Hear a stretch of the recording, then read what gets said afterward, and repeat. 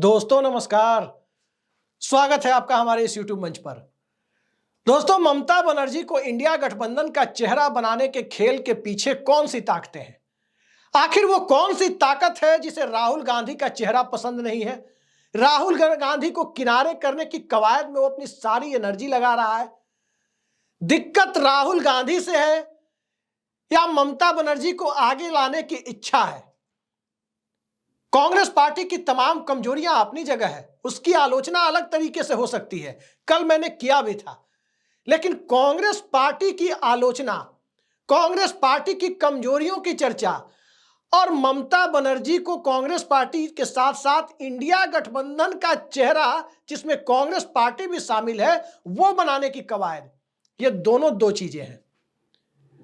राहुल गांधी लोकसभा में विपक्ष के नेता हैं, स्वाभाविक है कि सदन के अंदर इंडिया गठबंधन के चेहरा वही है, सदन के बाहर इंडिया गठबंधन के अध्यक्ष के रूप में मल्लिकार्जुन खड़गे की अपनी भूमिका है, राज्यसभा के अंदर वो इंडिया गठबंधन के चेहरा है, क्योंकि राज्यसभा में भी वो विपक्ष के नेता है।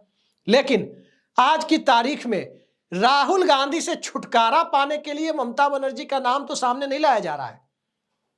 कई सारे सवाल एक ऐसे दौर में खड़े हो गए हैं जब इंडिया गठबंधन के मतभेद जो उभर कर सामने आ रहे हैं, वो मतभेद भारतीय जनता पार्टी का समर्थन करने वाले दलों की तादाद नहीं बढ़ा रहे। इनमें से कोई दल ऐसा नहीं है, चाहे वो समाजवादी पार्टी हो, चाहे वो शरद पवार की पार्टी हो, चाहे उद्धव ठाकरे की पार्टी हो, चाहे वो ममता बनर्जी की टीएमसी हो, कोई पार्टी ऐसी नहीं है जो इंडिया गठबंधन से अलग होकर या किसी मुद्दे पर अलग रुख दिखाकर भारतीय जनता पार्टी का समर्थन करने चली जाए।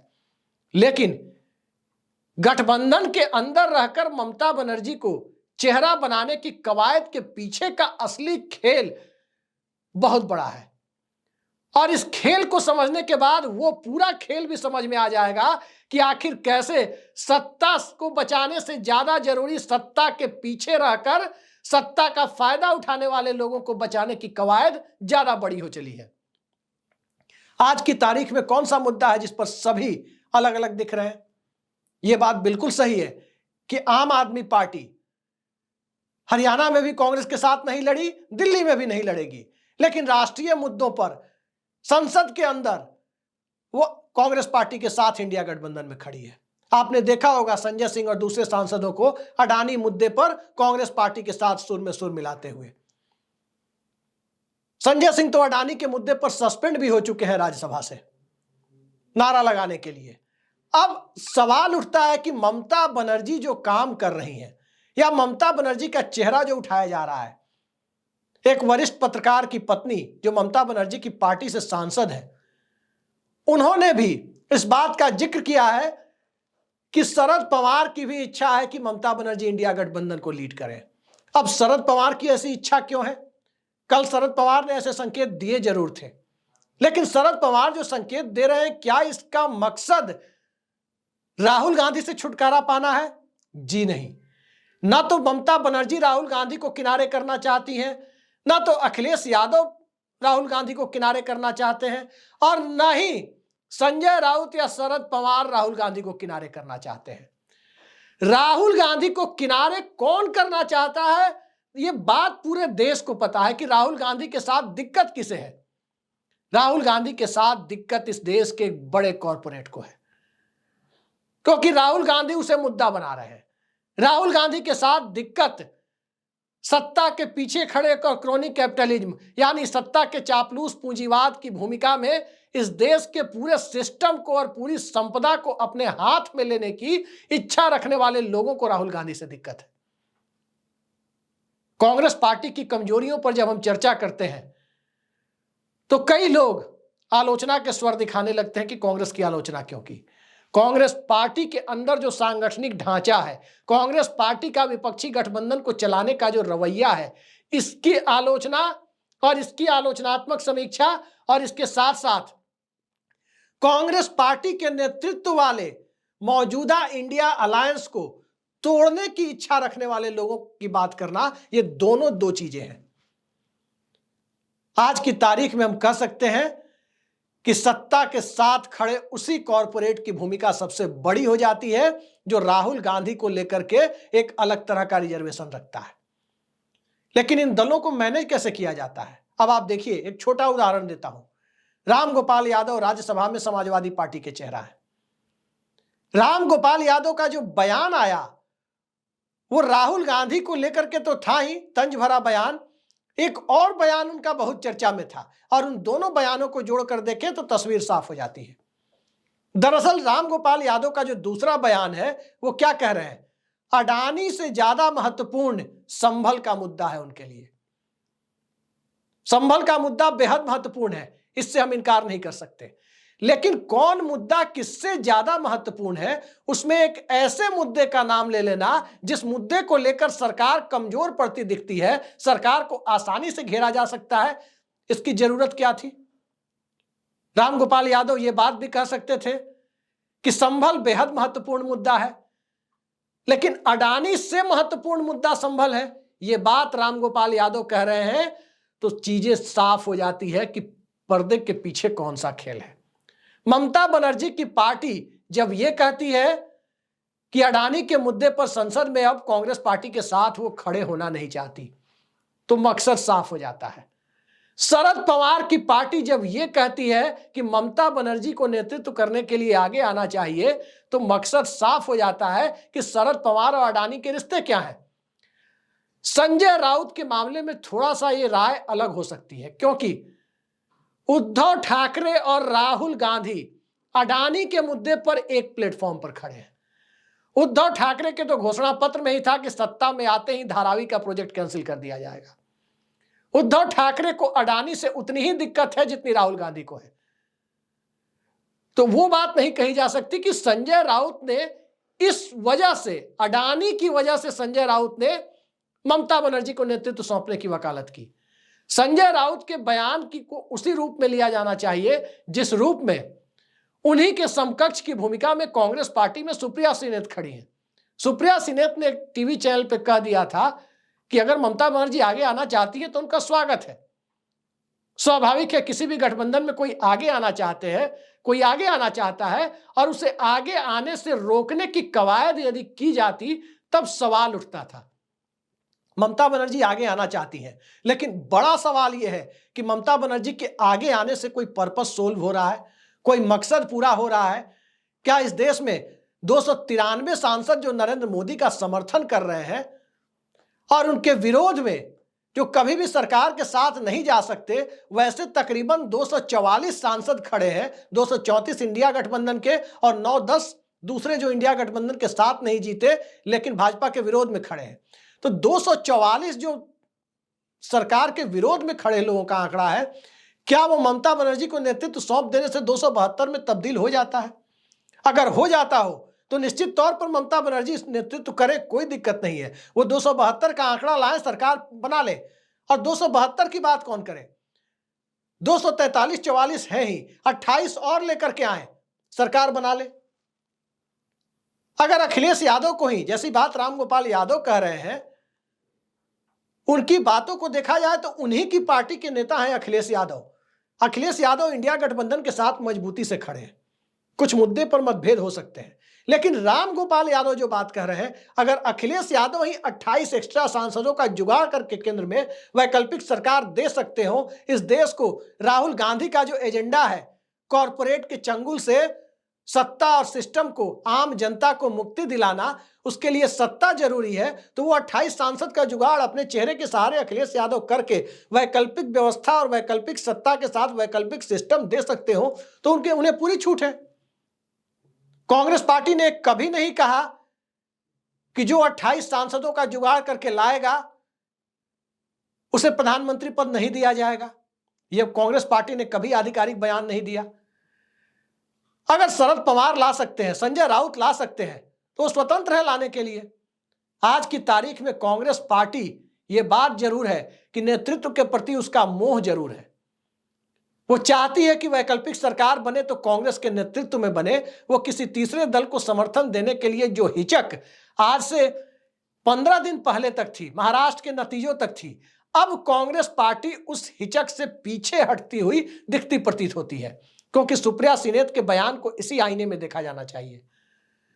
अब कांग्रेस पार्टी उस मानसिकता की नहीं है कि राहुल गांधी जब भारत जोड़ो यात्रा शुरू कर रहे थे तो जयराम रमेश एक एक कर उन पार्टियों की लिस्ट अपने प्रेस कॉन्फ्रेंस में बता रहे थे कि किसने कब जनसंघ या भाजपा के साथ गठबंधन कर चुनाव लड़ा। अब उस मानसिकता से कांग्रेस पार्टी निकलती हुई दिखाई दे रही है। सवाल यह है कि ममता बनर्जी को आगे करना कुछ लोगों का मकसद नहीं है। सबको यह बखूबी पता है कि ममता बनर्जी बंगाल के मुख्यमंत्री पद की कुर्सी छोड़कर संसद में नरेंद्र मोदी के मुकाबले आकर खड़ी नहीं होगी। वो कहीं उपचुनाव कराकर सांसद बनकर दिल्ली नहीं आएंगी। सवाल यह है कि ममता बनर्जी का चेहरा आगे कर राहुल गांधी को इंडिया गठबंधन के अघोषित संसदीय नेता के पद से कैसे बाहर किया जाए, ताकि सदन के अंदर एक खास कॉरपोरेट के मुद्दे पर जो वातावरण विपक्ष बना रहा है, अडानी के मुद्दे पर, खुलकर कहें तो अडानी के मुद्दे पर जो विपक्ष वातावरण बना रहा है, उससे मुक्ति पाई जा सके। यह मकसद है। शरद पवार और अडानी की नजदीकियां जग जाहिर है, किसी से छिपी हुई नहीं है। ममता बनर्जी के राज्य में भी कुछ काम चल रहा है, यह भी किसी से छिपा हुआ नहीं है। लेकिन जब बात अडानी की आ ही जाती है तो यह बात भी सबको ध्यान रखनी चाहिए कि कांग्रेस का, या मोटे तौर पर कहें तो इंडिया अलायंस को लीड कौन करे, इससे कुछ पार्टियां ऐसी भी है जिसे मतलब नहीं है। राष्ट्रीय जनता दल को कोई मतलब नहीं है कि इंडिया अलायंस का नेतृत्व कांग्रेस पार्टी करे या कोई क्षेत्रीय नेता करे। सरकार वैकल्पिक किसके नेतृत्व में बने, इससे भी आरजेडी को फर्क नहीं पड़ता, एमके स्टालिन की डीएमके को फर्क नहीं पड़ता, इससे सीपीएम को फर्क नहीं पड़ता, लेफ्ट फ्रंट को फर्क नहीं पड़ता। लेकिन ममता बनर्जी के हाथ में नेतृत्व जाएगा तो लेफ्ट फ्रंट को एक रिजर्वेशन हो सकता है। लेफ्ट फ्रंट ममता बनर्जी के नेतृत्व में दिल्ली की लड़ाई लड़ने के लिए संभवतः तैयार ना हो। समाजवादी पार्टी के हाथ में नेतृत्व जाए, किसी को फर्क नहीं पड़ता इंडिया गठबंधन में, क्योंकि सपा के नाम पर जिनका विरोध हो सकता है, सपा के नाम पर जो लोग विरोध में खड़े हो सकते हैं, मसलन बहुजन समाज पार्टी, वो इंडिया अलायंस का हिस्सा नहीं है और संसद में भी उसके पास कोई सांसद नहीं है जिससे उस पार्टी का इस सदन के संख्या बल को लेकर कोई लोड लेने की जरूरत इंडिया गठबंधन को हो। लेकिन अखिलेश यादव की सीमाएं यही है कि अखिलेश यादव भी 28 सांसदों का जुगाड़ नहीं कर सकते जिससे दिल्ली में वैकल्पिक सरकार बने। अखिलेश यादव के अलावा ना तो ममता बनर्जी ये कर सकती है, ना कोई और कर सकता है। यह काम इंडिया गठबंधन में सिर्फ और सिर्फ शरद पवार कर सकते हैं। लेकिन शरद पवार खुलकर कभी नहीं कह रहे कि वो नेतृत्व करने के लिए तैयार है। शरद पवार बहुत सीजन पॉलिटिशियन है, वो इस तरह के खेल में नहीं पड़ते।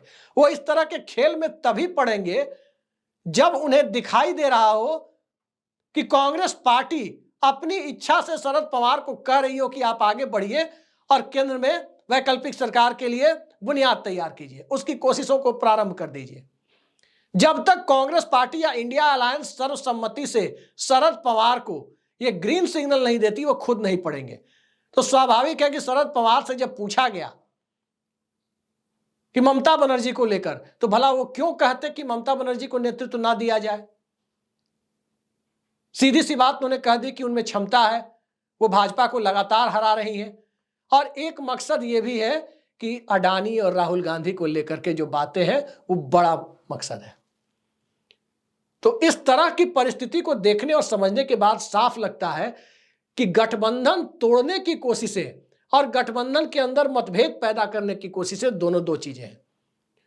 नरेंद्र मोदी गठबंधन को तोड़ने की कोशिश तभी करेंगे, अमित शाह जो चाणक्य माने जाते हैं बीजेपी के अंदर, अमित शाह ये कोशिश तभी करेंगे जब इस गठबंधन के टूटने की स्थिति में उनके सांसदों की संख्या में इजाफा होता हो। न तो अखिलेश यादव जाके खड़े होंगे उनके साथ, और न ही कोई और पार्टी उनके साथ जाकर खड़ी होने के लिए तैयार है। तो इस गठबंधन को तोड़ने की कोशिशें करने में भारतीय जनता पार्टी की कोई दिलचस्पी भी उस तरह से नहीं है। जिनकी दिलचस्पी है वो राजनीति के बाहर के खिलाड़ी हैं, वो कॉरपोरेट के खिलाड़ी हैं, उन्हें अपने हितों की चिंता है। क्योंकि ये गठबंधन एकजुट रहा तो वैकल्पिक सरकार का दबाव इस गठबंधन के अलग अलग पार्टियों के तरफ से, उनके सांसदों की तरफ से, उसके संगठन की तरफ से दिन प्रतिदिन बढ़ता चला जाएगा कि वैकल्पिक सरकार बनाइए। याद कीजिए 1998 का दौर, जब अटल बिहारी वाजपेयी की सरकार ने विश्वास मत हासिल किया था। और उस वक्त विपक्ष में 261 एमपी थे। सोनिया गांधी लगातार कह रही थी कि कांग्रेस को विपक्ष का जनादेश मिला है, वो अपनी संवैधानिक जिम्मेदारी को निभाएगी। लेकिन धीरे धीरे सोनिया गांधी के सुर बदलने लगे और सोनिया गांधी ने कहा कि यदि ये सरकार अपने अंतर विरोधों की वजह से गिरती है तो कांग्रेस अपनी संवैधानिक जिम्मेदारी को निभाने से पीछे नहीं हटेगी। और यह साफ संकेत था कि सोनिया गांधी ने वैकल्पिक सरकार की दिशा में सोचना शुरू कर दिया है। अब तक कांग्रेस पार्टी की तरफ से यह बयान नहीं आया है कि इस देश में यदि सत्ता पक्ष फेल होता है, सत्ता पक्ष सदन के अंदर अपने अंतर विरोधों की वजह से फेल होता है, तो इस देश में वैकल्पिक सरकार के लिए जो भी कांग्रेस पार्टी या इंडिया अलायंस से बन पड़ेगा उससे वो पीछे नहीं हटेगी। ऐसा कोई बयान अब तक मल्लिकार्जुन खड़गे ने नहीं दिया है, ना ही राहुल गांधी ने दिया है। इस बात को लेकर कांग्रेस की आलोचना हो सकती है, लेकिन कॉरपोरेट का समर्थन करने, एक ऐसे कॉरपोरेट का समर्थन करने जिसके समर्थन में, जिसके लिए पूरी सत्ता पलक पावड़े बिछाए बैठी हो, उसके लिए यदि इंडिया गठबंधन के अंदर एक नेता को डाउन करने के लिए दूसरे क्षेत्रीय नेता को ऊपर चढ़ाने की कोशिशें है, न तो उससे इंडिया गठबंधन का भला होना है और न ही इस देश में विपक्ष की राजनीति और वैकल्पिक राजनीति की बात करने वाले लोग कुछ हासिल कर पाने की स्थिति में है। यह बात बिल्कुल सही है कि नरेंद्र मोदी की पिछली दोनों सरकारों की तुलना में विपक्ष को नरेंद्र मोदी की इस सरकार से छुटकारा पाना जरूरी है, क्योंकि पिछली दोनों सरकारें बहुमत की खुमारी में थी। यह सरकार बहुमत से 32 कम है और यह सरकार वो तमाम काम, जैसे पॉपुलिस्ट स्कीम जो लाडली बहना टाइप आप देख रहे हैं, इस तरह के तमाम काम जिससे जनता के बीच 2029 तक यदि यह सरकार चल जाए तो एक बार फिर 272 के ऊपर जाने का मौका मिले, उसमें यह कोशिशें करती हुई दिखाई देगी। यह सरकार ऐसा कोई काम नहीं करेगी जिसे लोग उम्मीद कर रहे हैं कि उससे इस देश में भारतीय जनता पार्टी के नीचे जाने का खतरा हो। इसी वजह से यह सरकार जो थोड़ी जनप्रियता दिखाएगी, थोड़ा प्रो पीपल अप्रोच रखने की कोशिश करेगी, यह सरकार दरअसल विपक्ष और विपक्ष की चुनावी संभावनाओं के लिए 14 और 19 की सरकार की तुलना में ज्यादा बड़ा खतरा है, जिस बात को कांग्रेस पार्टी संभवतः नहीं समझ रही है। लेकिन सवाल यही है कि नेतृत्व की आपाधापी में लगे हुए दल और नेता क्या इसे समझ रहे हैं? घूम फिरकर बात वही आती है कि जिसके अंदर 28 लाने की कुवत हो, 28 सांसदों की करीब कमी है इस सरकार केंद्र में वैकल्पिक सरकार बनाने के लिए, जिसके अंदर 28 लाने की कुवत हो, यदि वो नेता आगे बढ़कर के कहता है, वो पार्टी आगे बढ़कर के कहती है कि नेतृत्व हमें चाहिए, तो निश्चित तौर पर उसे दिया जाना चाहिए। लेकिन सिर्फ और सिर्फ किसी से छुटकारा पाने के लिए, राहुल गांधी को डाउन करने के लिए, राहुल गांधी के राजनीतिक कद को घटाने के लिए, उनकी अहमियत को घटाने के लिए यदि किसी दूसरे को चेहरा बनाने की कोशिश हो रही है, तो इसके पीछे की जो राजनीतिक साजिश है, उस साजिश में सत्ता, कॉरपोरेट और गोदी मीडिया का पूरा तंत्र लगा हुआ है। देखते जाइए यह साजिश अभी किस रूप में और सामने आती है। आज के लिए इतना ही। नमस्कार।